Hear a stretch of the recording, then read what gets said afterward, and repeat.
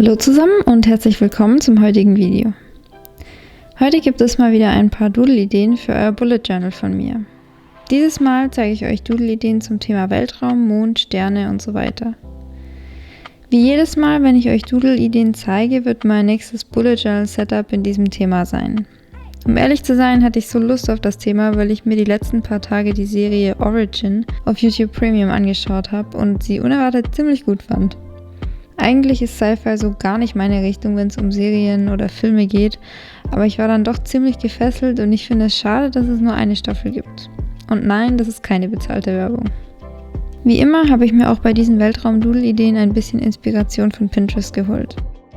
Wenn ich mir Inspiration zu etwas holen will, schaue ich immer als erstes auf Pinterest nach, weil ich da einfach immer die besten Ideen finde. Was sind denn so eure Lieblingsorte und Seiten, um euch Inspiration zu holen?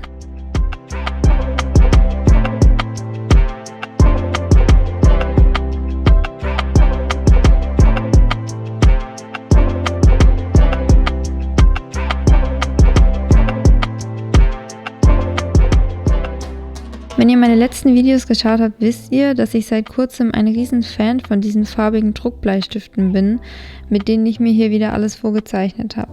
Ich weiß nicht warum, aber ich finde sie super. Das einzige Problem ist nur, dass der Radiergummi, der hinten dran ist, nicht so super radiert, deswegen benutze ich zum Radieren immer meinen Radierer von Staedtler.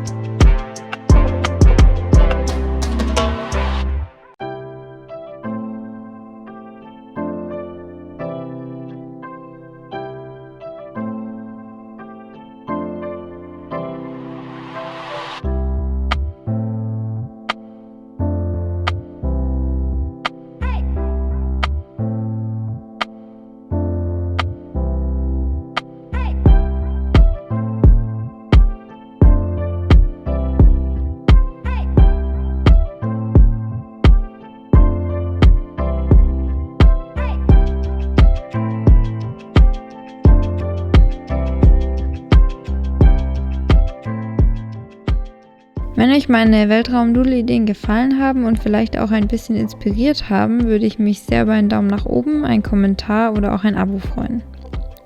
Lasst mich auch gerne wissen, wenn ich euch mal ein paar Doodle-Ideen zu einem bestimmten Thema zeigen soll oder allgemein, wenn ihr Videowünsche habt. Ansonsten sehe ich euch beim nächsten Mal.